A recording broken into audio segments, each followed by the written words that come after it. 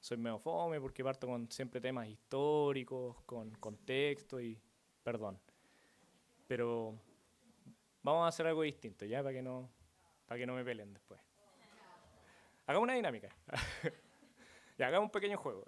Es importante trabajar la memoria a corto plazo. Es algo que normalmente descuidamos. Siempre estamos pensando en la memoria a largo plazo, pero la memoria a corto plazo también es importantísimo. Así que vamos a hacer una pequeña actividad. Francisco, ¿qué desayunaste hoy día? ¿Estás seguro? Completamente seguro. Bien, bien, bien. Eh, Benja, ¿cómo me llamo? No. ¿Quién fue la primera persona que tú saludaste cuando entraste a la iglesia? A Francisco, ¿es cierto? Bien, bien. Ay, excelente, Benja, muy bien, muy bien. Sabía que no me ibas a defraudar. Jenny, ¿dónde está la Jenny? ¿De qué color es la corbata que tengo puesta? Bien, no tenía corbata, muy bien. Bien. Ariel, ¿cuál fue la primera alabanza que cantamos el día de hoy?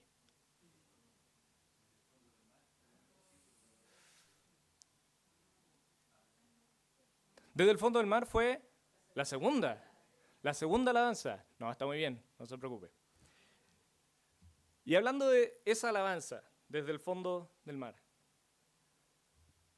Rafael, ¿hay alguna promesa o algo que nosotros le hayamos prometido al Señor dentro de esa alabanza o algo en su letra que te acuerdes tú?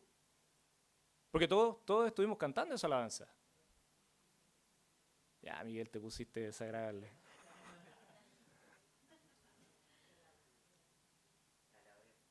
¿Ah? Que lo alabaremos, bien. ¿Se acuerdan de otra promesa que haya? Cualquiera aquí voluntario. ¿Alguna otra promesa que haya?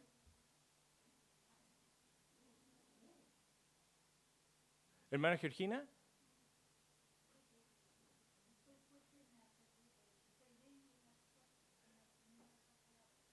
que en el fondo Él nos va a hacer fuerte, que nosotros reconocemos nuestra debilidad y que Él nos va a hacer fuerte. Bien, que en Él podemos confiar con gozo, ¿cierto? Porque vemos que Él es la roca eterna. Es una alabanza increíble. Pero, ¿por qué estamos hablando de esto? Porque a mí me pasa mucho, perdón que sea autorreferente, pero a mí me pasa mucho que disfruto mucho el momento de la alabanza junto a todos ustedes, pero a veces no medito en lo que estoy cantando. Y esa alabanza en particular tiene palabras que no son menores. Por ejemplo, algo como que vamos a depositar nuestra confianza en Él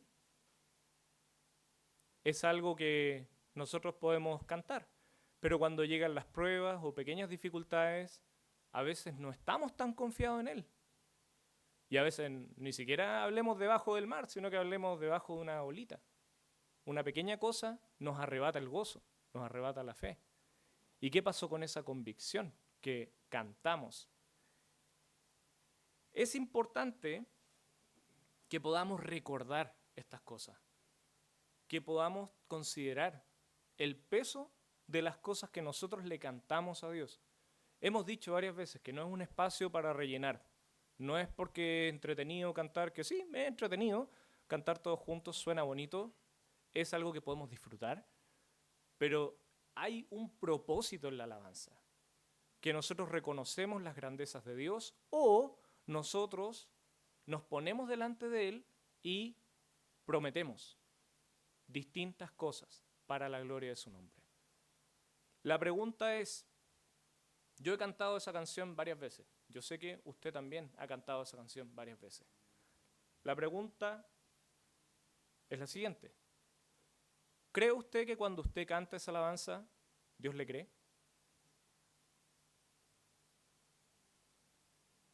Cuando promete tener gozo, esperanza ante las dificultades, ante las pruebas y mantener la calma porque en Él está nuestra confianza. Esto no es para que nos sentamos mal, hermano, ¿ya? Pero sí es para que consideremos que en cada alabanza no hay solamente notas, letras. Nosotros deberíamos derramar nuestro corazón. Y si no estamos seguros de lo que estamos cantando, tampoco es para que no cante con nosotros, sino que es para que también en oración usted y yo podamos decir lo que está escrito aquí, que el Señor me ayude a que sea verdad. Yo hago eso, me pasa mucho con la canción esa que dice temprano yo te buscaré, porque no soy bueno para eso. Entonces, a veces la canto pensando como, Señor, que esto que estoy cantando pueda ser una realidad. ¿Por qué estamos hablando de todo esto? Vamos ahora sí al contexto. No, pero vamos un poquito, pongámonos un poco en el papel, en la historia de lo que estamos leyendo. Eclesiastés fue un libro escrito por Salomón. Es un libro que es, podríamos decir, la contraparte de Proverbios. Es un libro, uno de mis favoritos, y creo que es un muy buen ejercicio, antes de haber leído Eclesiastés, haber pasado por Proverbios. Proverbios es básicamente la vida de aquel que teme a Dios y cómo deberían ser las cosas, cómo debería ser la vida para aquel que teme a Dios. ¿Cómo debería ser? Todo según la sabiduría de Dios. Eclesiastés, por otro lado, es la contraparte. No cómo deberían ser las cosas, sino más bien una descripción de cómo son las cosas cuando Dios no está presente. Voy a repetir la idea. Proverbios nos muestra cómo debería ser la vida bajo aquel que teme a Dios y ha encontrado la sabiduría.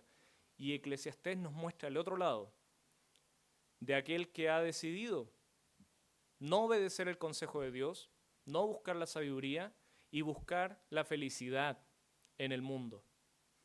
Eclesiastés muestra esa mirada, cómo es la vida para esa persona. Y la conclusión es vana. Así es la vida para aquel que decide buscar la felicidad y dejar de lado la sabiduría de Dios. Es totalmente vana. Y el capítulo 5 parte hablando acerca de el cuidado que nosotros debemos tener con nuestras palabras. El tomar promesas o hacer declaraciones a Dios o a los demás a la ligera, sin considerar el peso de nuestras palabras. Piensen en esto. Salomón es alguien que vio de todo, hizo de todo, escuchó de todo, probó de todo, conoció a todo tipo de personas. Y él ahora va a escribir un libro bajo esta premisa. Supongamos que Dios no está, o supongamos que no vamos a considerar lo que hay más allá del sol, no vamos a considerar el cielo, no vamos a considerar el reino de Dios. Veamos solamente lo que está en esta tierra. Veamos lo que podemos encontrar en este mundo, fuera de la gloria de Dios. ¿Qué cosas podemos nosotros rescatar? ¿Qué cosas realmente tienen valor?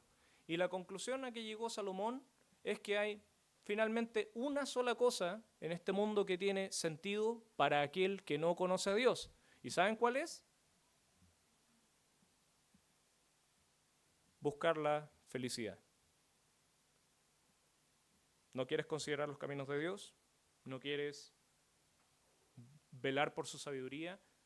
¿No quieres servirle?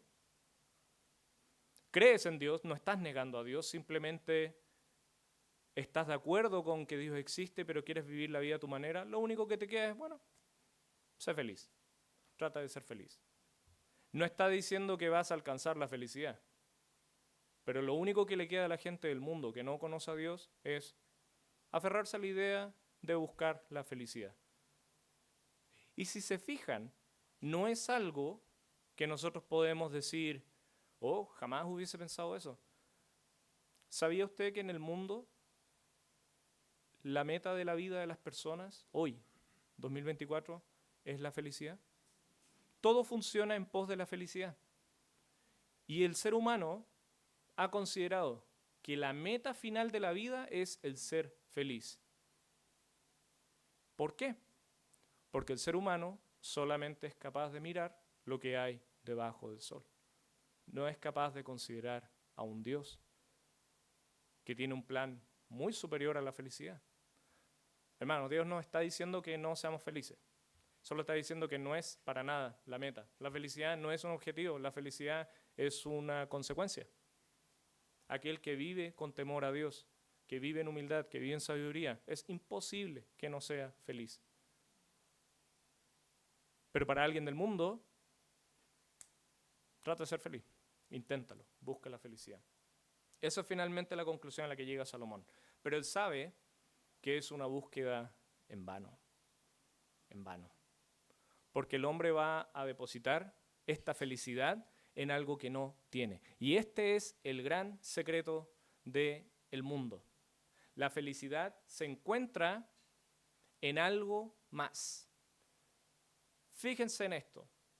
Alguien que se siente tal vez solo va a pensar que la felicidad finalmente la va a alcanzar cuando encuentre a él o la indicada, ¿cierto? Y esa es la meta de esa persona. No, yo estoy solo, necesito buscar una pareja y ahí voy a ser feliz. El que no tiene trabajo o el que está pasando por problemas económicos. Yo sería feliz si lograra conseguir un trabajo. Es todo lo que pido, no pido nada más. O si este problema económico o esta deuda que tengo desaparece, yo ahí recién voy a ser feliz. Para el que tal vez no tiene esa deuda y sí tiene un trabajo, no, mira, está súper bien el trabajo que tengo, pero en verdad no me gusta, mi jefe de aquí y acá, mis compañeros son aquí, no tengo proyección alguna, como que parece que no voy a ningún lado. Pero por otro lado, si yo tuviera este otro trabajo, si me dieran estas oportunidades, si tal vez me dieran este aumento, yo creo que ahí sí voy a ser feliz. ¿Se entiende un poco a dónde voy? La felicidad en el mundo es una ilusión que no somos capaces de alcanzar. Y Salomón sabía estas cosas, que el mundo vive persiguiendo esta ilusión. Es como esos espejismos en el desierto que te hacen creer que más allá hay un oasis con agua. Lo estás pasando mal, hace calor, hay arena que quema, pero si das un par de pasos más allá, si lo sigues intentando, vas a llegar a ese oasis prometido, para que cuando llegues te des cuenta que era un espejismo. Pero hay otro más allá. Sigamos entonces. Y así es la vida del que no teme y conoce a Dios. Es vana. Siempre hay algo adelante que alcanzar. Y para cuando lo hayas alcanzado, te darás cuenta que no era lo que estabas buscando. Qué ironía, qué ironía. Salomón hizo algo importante en su vida. ¿Alguien se acuerda cuál fue uno de los grandes logros de Salomón en su reinado? El templo. Construyó el primer gran templo para Dios. No es algo menor. El templo de Salomón fue una construcción arquitectónica a otro nivel, imponente, increíble, y él lo pudo ver en vida. A veces construcciones como esas pueden tomar... ¿Sabían ustedes que hubo en la Edad Medieval catedrales que se construyeron en 400 años? O sea, estamos hablando de reyes que empezaron un proyecto que cuyos tatara nietos y tal vez sus generaciones se acabaron y otros reyes llegaron y recién pudieron terminar las catedrales. 400 años catedrales en ser. Bueno, Salomón pudo ver la obra finalizada. Esto no lo cuenta la Biblia, pero yo estoy seguro que Salomón disfrutaba de ir al templo, ver a su pueblo finalmente ofrecer sacrificios, ir a alabar a Dios, cantar y elevar oraciones al Señor. Yo estoy seguro que sí. Por lo menos en alguna etapa de su vida debió haberlo hecho. Pero Salomón vio algo que encontró un disparate. un sinsentido. ¿Y saben qué era? Vio gente debajo del sol yendo al templo de Dios para ofrecer sacrificio y elevar promesas y después olvidarse de aquellas promesas, aquellos sacrificios y continuar viviendo a su manera. Y Salomón llamó esto vanidad de vanidades. Y dijo, para esto construimos este templo. Para esto hay gente preparada para el canto, para ofrecer sacrificios, para que sean palabras vacías. Por eso él escribe este pasaje y nos recuerda acerca de ese primer punto. ¿Cuál sería la actitud correcta al acercarse a Dios? Miren lo que dice el versículo 1. Dice, cuando fueres a la casa de Dios, guarda tu pie y acércate más para oír que para ofrecer el sacrificio de los necios, porque no saben que hacen el mal. Salomón está diciendo algo bien práctico. Ya, supongamos que estamos debajo del sol, más allá de las cosas que Dios nos ha hablado en su palabra. Por último, si vas al templo, lo cual es algo que podemos identificar, ¿no? No ofrecemos sacrificio, pero venimos aquí al templo. Lo mínimo que puedes hacer es enfócate en escuchar. Escucha. Eso es más importante que cantes cosas que no entiendes, que hagas ofrendas que no sientes, o como hacen algunas personas en otros sistemas de creencias, ofrecen mandas, hacen votos de promesas. Salomón dice, mira, todo eso no es tan importante como que por último escuches. No estoy desmereciendo el servicio al Señor, solo estoy diciendo que desde el punto de vista de la sabiduría de Dios, una palabra vacía no es mejor que venir y escuchar su palabra. Para Dios eso es más importante. Escucha su palabra para ponerla en práctica. Eso es más importante que cualquier sacrificio, que cualquier canto, que cualquier ofrenda que podamos hacer. Porque si no será vacía. Versículo 2 dice, no te des prisa con tu boca, ni tu corazón se apresure a proferir palabra delante de Dios. ¿Por qué? Porque Dios está en el cielo y tú sobre la tierra, por tanto sean pocas tus palabras. ¿Qué le vamos a decir a Dios que Él no haya escuchado? ¿Qué le vamos a ofrecer al Señor que Él no tenga? Siendo que Él está allá en el cielo, Él creó esto. Nosotros solamente vivimos en esta dimensión. ¿Qué nos hace realmente tan especiales? La verdad es, no mucho. Por eso, seamos realistas. No tengamos tan alta estima en nuestra palabra, de pensar que Dios quiere oír nuestra palabra o que lo que nosotros tenemos para ofrecer a Dios es realmente importante. No, para Dios el corazón es finalmente lo que importa, la disposición es mucho más importante que cualquier palabra o servicio que podamos hacer, siempre y cuando estas palabras y estos servicios no estén en el lugar correcto. Salomón decía, finalmente bajo el sol, esto es lo que es más importante. Tengamos cuidado con las cosas que le decimos a Dios, ya sea en oración o en alabanza. Tengamos cuidado. Porque finalmente una promesa no cumplida o una palabra no bien medida es un pecado, es una mentira. Y Dios no está ni ahí con eso, no le interesa. Por eso cuidado con las cosas que digamos. Versículo 4, cuando a Dios haces promesas, no está diciendo que tengamos esta práctica, pero ya, supongamos que hacemos una promesa a Dios, lo mínimo es, aquí dice, no tardes en cumplirla, porque Él no se complace en los insensatos. Cumple lo que prometes. Mejor es que no prometas y no que prometas y no cumplas. Esto no lo digo yo, es lo que dice la palabra del Señor. Como nuestras promesas realmente, cuidado con ellas.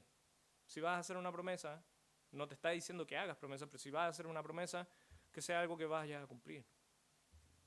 A Dios no le interesa una promesa que no vas a cumplir, y Él sabe que no la vas a cumplir, que no la voy a cumplir. Versículo 6. No dejes que tu boca te haga pecar, ni digas delante del ángel que fue ignorancia, porque ¿por qué harás que Dios se enoje a causa de tu voz y que destruya la obra de tus manos? Donde abundan los sueños, también abundan las vanidades y las muchas palabras, mas tú teme a Dios. Este pasaje puede parecer bastante duro y de cierta forma lo es. ¿Saben por qué? Porque hay algo que Dios detesta. Detesta, y lo voy a decir, es la hipocresía. Y la iglesia muchas veces, lamentablemente, es un gran escenario para hipocresía, para fomentar la hipocresía. Porque a todos nos gusta hablar, a todos nos gusta decir cosas que suenan bonitos. De cierta forma, a todos nos gusta el reconocimiento. ¡Uy, qué espiritual! ¡Uy, sí, qué bien! Y compartimos la palabra de Dios y les decimos a otros, no, mira, aquí Dios dice esto. Y pareciera que nos gusta escucharnos más de lo que nos gusta escuchar a otros. Nos gusta más escucharnos nosotros mismos que escuchar lo que dicen otros. Y Salomón finalmente dice, eso es vanidad. Dios aborrece esto. Insisto, no es con ánimo de desalentar, ¿ya? No es el ánimo decir, no hablen, pero si hablen, que sea con sinceridad. Basta ya de pretender santería, ¿ya? O una falsa apariencia piadosa. Por eso no seamos tan críticos también cuando otros se equivocan, cuando otros pecan. Porque la única diferencia entre esa persona y tú es que lo de esa persona fue pública, lo tuyo nadie lo sabe. Eso es todo. ¿Por qué somos mejores que otros que están en pecado y nosotros decimos, uy, mira, qué terrible? Si supieran. Esa es la única diferencia. El pecado de uno versus mi pecado. El de esa persona es público. El mío aún no se conoce. Por eso, cuidado con estos aires de grandeza o estas palabras llenas de espiritualidad. Si no vienen de un corazón que realmente teme a Dios, palabras vacías, lo que dice su palabra. Esa es la primera sección que habla Salomón. Y es bastante dura. Pero Salomón quiere advertir a su hijo, el que va a ser el rey después, que en esto hay gran vanidad. Recuerden que la palabra vano, que se repite bastante en Eclesiastés, significa sin propósito, sin sentido, inútil. En hebreo la palabra es la misma que la palabra humo. El humo es algo que se puede ver, pero no se puede agarrar. Se escapa entre los dedos. Eso es algo vano. ¿Y me creería usted que Dios sabe que nosotros somos buenísimos para amar y vivir en pos de aquellas cosas que están hechas de humo? ¿Ha escuchado a los vendehumo? Los amamos. Amamos a los vendehumo. Las redes sociales están llenas de vendehumo y son los más exitosos. Amamos ir en pos del humo, pensando que algo de eso podremos retener. Y Salomón continúa hablando acerca de la vanidad. Y en el versículo 8 habla de una práctica que también es bien común entre nosotros, hoy, 2024, que es el sorprendernos, espantarnos de la corrupción moral del mundo. Vemos la televisión, vemos las redes sociales, escuchamos a la gente del mundo hablar y nos espantamos y decimos, ¡qué barbaridad!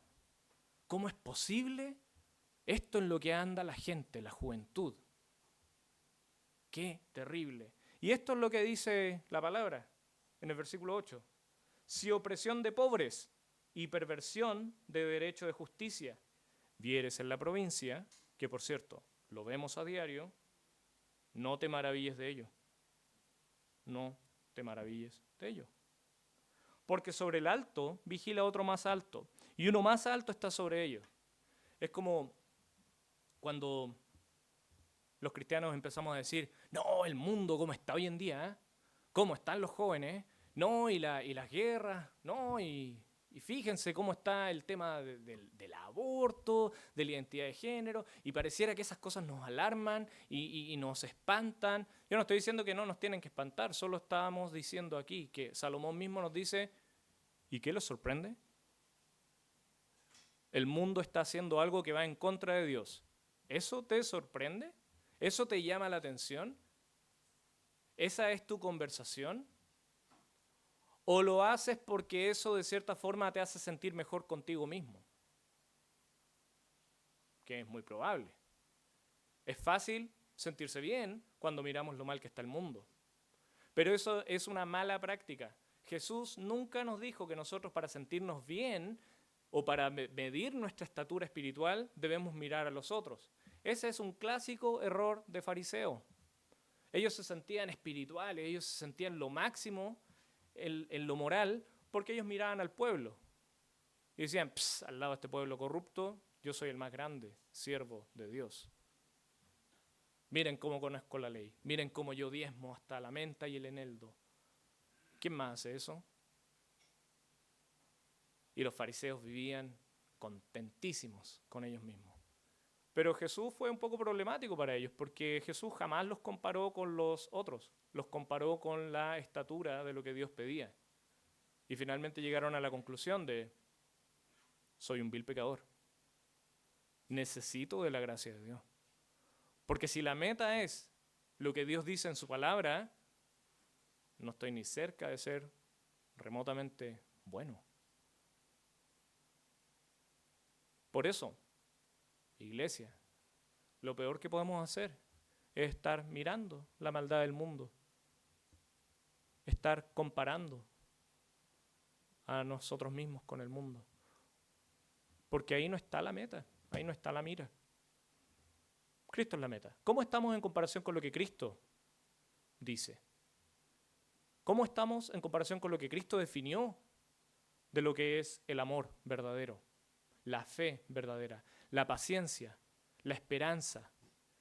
Ahí es donde debemos estar poniendo el ojo. Porque si seguimos diciendo, hoy el mundo, ¿cómo está? No, y Boric más encima. Hermanos, ¿de qué nos maravillamos? ¿De qué nos sorprendemos? Es así la cosa. Y la cosa va a ser peor. Fue escrito que la cosa va a ser peor. No podemos estar maravillados por eso. Maravillados en el sentido negativo, de asombrados, espantados, aterrados. La cosa es así. Vamos de mal en peor. Por eso nuestra lucha no está en lo social. No está en salir a marchar o poner estados de Facebook o Instagram, no sé qué se hace, pero no está ahí la lucha. Está en orar, temer al Señor y hacer el bien. Eso es. Lo demás, Salomón define, es vanidad. ¿Y saben qué? Si creen que no va a haber nadie peor, va a haber alguien peor. Y arriba de los que nos gobiernan hay otras personas también. Y arriba de ellos también está Dios. Dios controla, pone y quita gobernantes, incluso aquellos que nosotros decimos son nefastos. Algunos que lo son. Bueno, la Biblia dice que Dios también los puso a ellos. Entonces cuando usted se dedica a odiar o a hablar mal en contra de un gobernante que es terrible, está cuestionando la autoridad y soberanía de Dios. Porque esa persona está ahí, justamente, por algún propósito. Tal vez despertar a la iglesia de su comodidad, tal vez obligarnos a ser distintos, a marcar una diferencia. ¿Quién sabe si este presidente que tenemos está siendo usado por Dios ahora mismo para que nosotros hagamos lo que es correcto como iglesia? Y no es salir a marchar, a propósito, es predicar su palabra. Como nos comentan muchas veces los hermanos de la iglesia, o nos enteramos de la iglesia perseguida, Dios usa la persecución para su gloria. Y es duro pensar así, pero Dios ha usado la persecución desde el principio. Basta con leer Hechos, basta con leer la carta a los romanos, basta con leer la carta a Hebreos para darnos cuenta que la persecución no es el problema, sino el plan que tiene Dios para su pueblo. Eso es lo que debemos hacer. Versículo 10 introduce otra gran vanidad, otro gran problema, otro gran sinsentido que está debajo del sol, y es finalmente el amor al dinero. Mateo habla de que el principio del mal es el amor al dinero. Y esto es un tema que para todos nosotros ya es familiar, que el principio del mal está en el amor al dinero.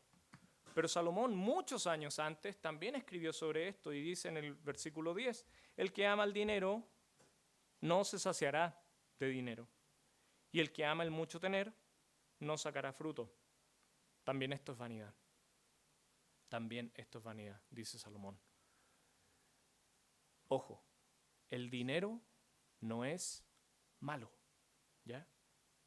Tener dinero no es malo. Ser sabio con la administración del dinero no es malo. El problema es el amor al dinero. Porque el amor te hace perder la noción de la realidad. Te hace idealizar el dinero y ponerlo como meta final. Y no pensar en el dinero como una herramienta. El dinero es una herramienta. Puedes tener mucho, puedes tener poco, pero es una herramienta. ¿Y una herramienta para qué? Para disfrutar de las cosas que Dios te dio, para servirle a Él, para bendecir a otros. El dinero puede ser muy bien utilizado en los propósitos de Dios. Pero aquel que ama el dinero no va a entender que es una herramienta y va a vivir en pos de tener más. Y tal vez esa persona va a tener más, pero dice que es como un hambre que no se sacia. Cuando tengas más, vas a querer más. Y otra cosa que dice, que el que ama mucho tener, o sea, alguien que le encanta tener mucho y probablemente tiene mucho, finalmente no sacará fruto de ello. Eso es una ironía, es contradictorio. Aquel que logra tener muchas cosas, finalmente no las va a lograr disfrutar, no le va a sacar provecho. Miren lo que dice el versículo 11, dice, cuando aumentan los bienes, también aumentan los que los consumen. Cuando tengas, van a aparecer todos. Esto es algo que suele pasar. Aquellos que logran por fin alcanzar esa meta de tener y por fin tienen, no vas a ser feliz. Porque cuando lo logres, van a aparecer otros que van a querer una porción, una tajadita de la torta. Y no vas a querer compartirla. Así que va a ser un gran dolor de cabeza para ti. ¿Qué bien, pues, tendrá su dueño si no verlos con sus ojos? Dulce es el sueño del trabajador, coma mucho, coma poco, pero al rico no le deja dormir la abundancia. Qué terrible eso. Las personas más ricas del mundo no solamente tienen casi todo el dinero del mundo, sino que tienen que dedicar su vida a que no les roben. Y es un gran problema. Por eso es que requieren grupos de abogados, contadores, auditores, administradores, mayordomos, y tienen que contratar gente, supervisores, inspectores, y además tienen que contratar gente para que esa gente haga su trabajo, y lo triste es que le van a robar igual. Van a perder plata igual. Y eso les va a quitar el sueño. Porque finalmente es vanidad. ¿Y qué pasa con la vanidad? ¿Qué pasa con el humo? Se escapa entre los dedos. El dinero es igual. No importa cuánto tengas, cuánto quieras alcanzar, finalmente se va a escapar igual. Pero para el que ama el dinero, eso va a ser un dolor de cabeza, a tal punto que le va a quitar el sueño. Y vamos moviendo dinero a bancos de otros países porque los impuestos que me están comiendo por tener este dinero acá, tengo que moverlo allá, y ahora tengo que regularizar estas boletas y tengo que tratar de hacer esto legal, y un día terminas en las noticias. Estoy exagerando, no vamos a llegar a eso, pero a veces uno dice, ¿cómo esta animadora de Mecano terminó ahí? Terminó en la cárcel. Una cosa llevó a otra. Es un ejemplo, ya yo no me estoy abandonando por nadie, pero quiero que se entienda. A veces uno no sabe cómo va a terminar la vida de aquel que va en pos del dinero. Bueno, podríamos hablar harto de eso, pero tenemos que avanzar. Versículo 13, y aquí Dios empieza a desarrollar la idea por medio de este predicador severo, y dice un mensaje dedicado a, finalmente, el último punto para convencernos de cuán inútil es el acumular riqueza. Dice en el versículo 13, hay un mal doloroso que he visto debajo del sol, las riquezas guardadas por sus dueños para el mal, las cuales se pierden en malas ocupaciones. Y los hijos que engendraron, nada les queda en la mano.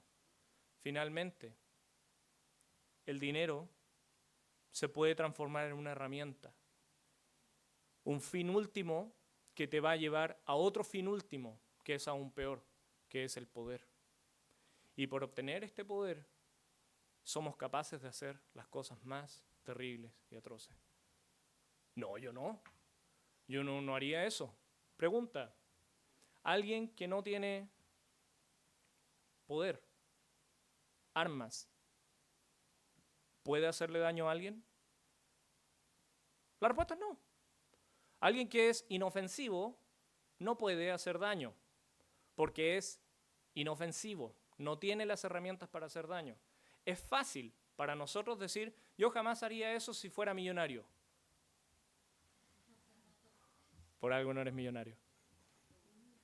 Por algo no soy millonario. Fíjense en esto.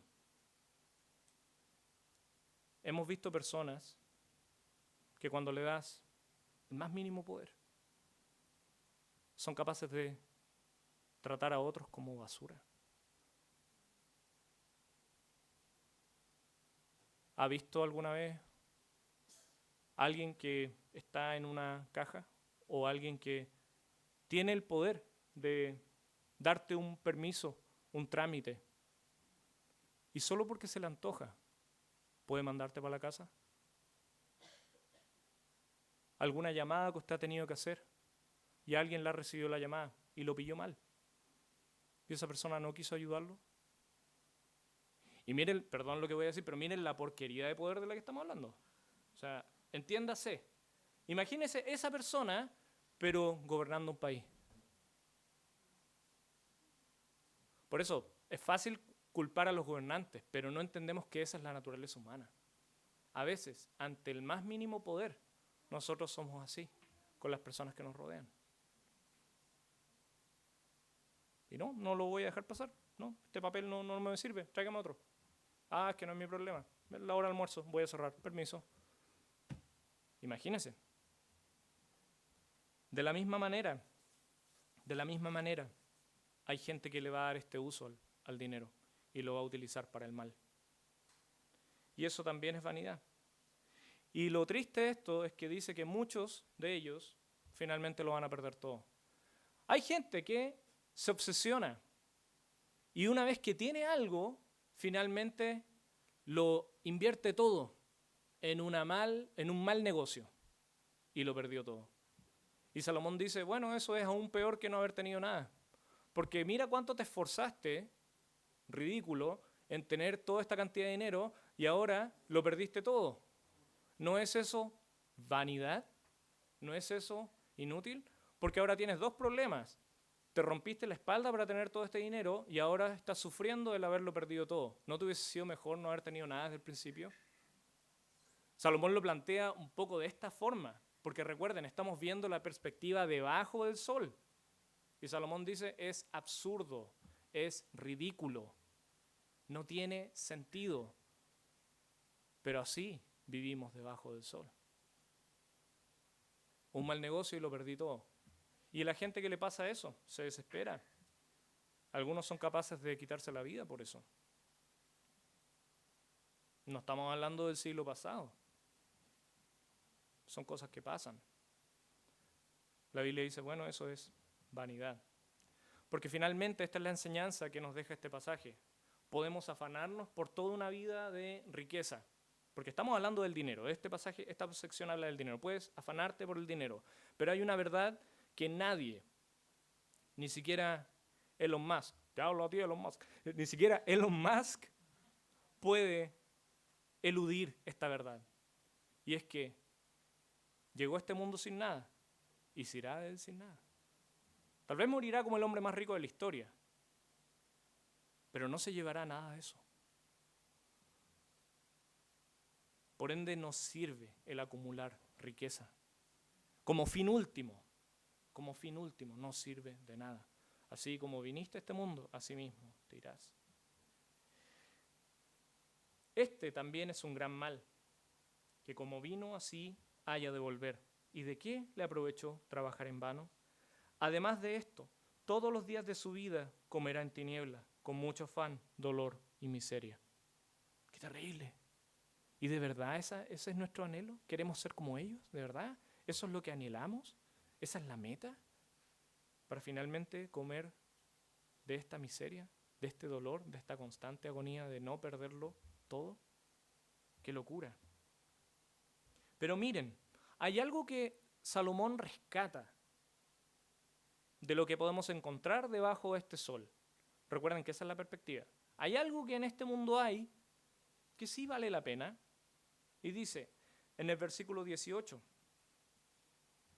he aquí pues el bien que yo he visto, que lo bueno es comer y beber y gozar uno del bien de todo su trabajo, con que se fatiga debajo del sol, todos los días de su vida que Dios le ha dado, porque esta es su parte.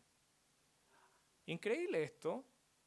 Hay dos cosas que, ya hablamos de una cosa que el mundo persigue debajo de este sol, que Salomón dice, bueno, esto no es vano, busca la felicidad, si es que puedes, busca la felicidad. Y hay otra cosa que que Salomón le da de esperanza a aquel que está debajo del sol, que no quiere considerar los caminos de Dios, es, bueno, por lo menos disfruta de lo que ya tienes. Confórmate con eso, conténtate con eso. Disfruta. Come, bebe, disfruta de lo que Dios te ha dado con el fruto honesto de tus manos. Y dice, porque esta es la parte que Dios te ha dado. Esto es lo que te corresponde. No lo que quisieras tener. Eso es lo que no te corresponde. Pero lo que ya tienes, eso es lo que te corresponde. Y Dios te lo ha dado. Por lo menos disfrútalo. Pero nosotros no queremos vivir solamente debajo de este sol. Nosotros queremos vivir con una perspectiva eterna. Nosotros queremos hacer tesoros en el cielo. Bueno, en ese sentido, nosotros podemos darle un uso aún mejor. Sí, disfrutar de él no es malo. Dios nos está diciendo que es bueno trabajar y disfrutar con los tuyos del fruto de ese trabajo. Pero hay algo que también puedes hacer que no es vano, que es ser de bendición para otros también. Ser un sabio administrador del dinero. Y quisiera también señalar eso, porque este pasaje no está hablando en contra del tener dinero. Por eso no está en contra del ahorro o las inversiones. Está en contra de transformar en eso en tu meta final, en pensar que ahí está la felicidad. Pero Dios sí nos llama a ser administradores fieles de lo que Él nos ha dado. Y hay pasajes que hablan de eso. En Proverbios capítulo 6, versículos 6 al 8, compara la sabiduría con la hormiga. Cómo se prepara durante todo el año para cuando llegue el invierno. Y la hormiga estará lista y no será grande su ruina porque tendrá reservas de comida. Y Salomón en su sabiduría, que es sabiduría desde lo alto, no debajo del sol, dice, fíjate en eso, en la hormiga, cómo trabaja y cómo prospera. Eso es bueno. Y en el capítulo 21, versículo 20, este sí lo voy a leer porque no lo quiero parafrasear. Dice, tesoro precioso y aceite hay en la casa del sabio, mas el hombre insensato todo lo disipa. Hay sabiduría en administrar, en saber guardar, en ser fiel con lo que Dios te ha dado. Entonces, no interpretemos este mensaje, bueno, si el dinero es vano, entonces despilfarrémoslo, vámonos de fiesta. No, disfruta y guarda. Y ahí está lo difícil, el equilibrio. Ahí es donde está la sabiduría. Porque es re fácil reventar todas las tarjetas de crédito y pensar que no va a haber un mañana, cuando después van a estar en tu puerta o en tu teléfono preguntando: usted tiene una deuda impaga, por favor notifíquese con... Ahí hay gran aflicción y gran tormento. Eso es vano. De la misma manera, el ahorro compulsivo. No gastar en nada pensando que finalmente eso es lo que nos va a llevar a la felicidad, también es cosa vana. Balance, equilibrio. Qué difícil. Continúa. Y miren lo que dice en el versículo 19. Asimismo, a todo hombre quien Dios da riquezas y bienes, también le da la facultad para que coma de ella. Tome su parte, goce de su trabajo. Esto, hermanos, es una bendición. Dios lo define como es don de Dios.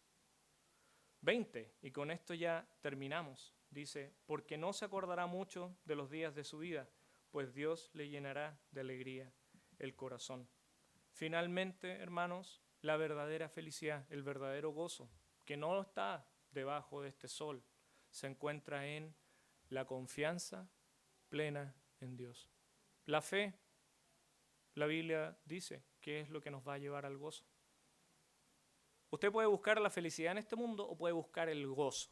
Son dos cosas distintas. Pero yo le digo, un gran secreto, el gozo le da 10, 20, 10.000 patadas a la felicidad, que es temporal, que es ilusoria, que es vana.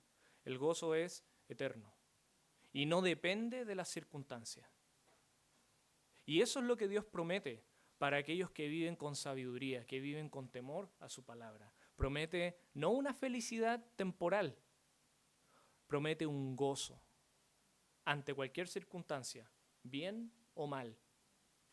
Y Dios lo da para aquellos que han guardado la fe. Ese es un fin. Guardar la fe. Ser fiel a Dios. Esa es una meta que vale la pena perseguir. A veces, en el día a día podemos sentirnos atrapados por las preocupaciones, por un futuro que es incierto, por el estrés, por promesas que hemos dicho y nos pillaron y estamos ahí tratando de ver cómo las cumplimos, por las constantes presiones de la vida. Pero es cuando más debemos, volver al principio, recordar que Dios no solo es digno de adoración, porque siempre pensamos en Dios, bueno, Dios hay que alabarlo, sí, pero también Dios es digno de que podamos confiar en Él, que nos va a sustentar, que nos va a guardar. Y a veces confiamos más o pensamos más en este Dios que está allá arriba y en un trono y hay que adorar, que este Dios que nos sostiene en su mano. Dios no está allá lejos en un trono, sí lo está, pero también está aquí. Estamos en su mano, sostenidos por Él. Y eso no es vanidad. Podemos confiar en que este Dios ha preparado cosas difíciles, sí. Cosas duras, sí. Cosas que temporalmente nos van a traer sufrimiento, sí. Pero gran bendición. Y Dios sigue teniendo el control. Y no necesitamos tener todo resuelto para ser felices. Esa es una enseñanza potente que nos trae este pasaje. ¿Tienes preguntas sobre el futuro? ¿Tienes dudas? Yo las tengo, tú también. Pero sabes, esto es lo maravilloso de esta palabra. Que no necesitamos tener todo resuelto, todo planificado, todo listo para empezar a ser felices. Si hemos entendido bien lo que el Señor tiene para nosotros. Un paso a la vez. ¿Qué podemos hacer hoy? Empecemos siendo fieles con lo que Él nos ha dado. Hagámonos responsables de las promesas que le hemos hecho a Dios. Partamos con esas cosas prácticas. ¿Qué nos queda? Honra tu palabra. Si prometiste algo a Dios o a los demás, cúmplelo. Partamos por eso. Administremos lo que Dios nos ha dado con sabiduría, disfrutando de lo que Él nos dio y guardando para el día de mañana. No porque nuestra confianza está en eso que hemos guardado, sino que porque Dios nos dice, es sabio hacerlo. Esa es la diferencia. Y confía en el Señor plenamente. Eso no es vanidad. Señor y Padre Celestial, gracias por tu palabra. Gracias por tu sabiduría. Porque incluso debajo del sol puede haber algo de sabiduría. Pero nosotros queremos de la sabiduría que viene desde lo alto. Para empezar a vivir no solamente como se suele vivir en este mundo, sino que como se debería vivir, con gozo, confiados en ti, persiguiendo tus metas, Señor. Y dejando todas nuestras aflicciones, todas nuestras inseguridades, todos nuestros temores, Señor, en tus manos, Señor. Ayúdanos a descansar. Ayúdanos a tener contentamiento en lo que tú nos has dado. A disfrutar del día a día con sabiduría, con humildad, con sencillez de corazón. Ser de bendición para otros también, Señor. Porque hay propósito en todo lo que estamos viviendo. Hay propósito en que nos hayas traído el día de hoy. Hay propósito en tu voluntad. Que finalmente ese sea nuestro todo, el confiar en que tú proveerás. Gracias, Señor. Te rogamos que esto sea algo que podamos recordar, no solo a corto plazo, a largo plazo también. Gracias por todo lo que vas a hacer. Te lo pedimos y agradecemos en nombre de tu Hijo, Señor Jesús. Amén.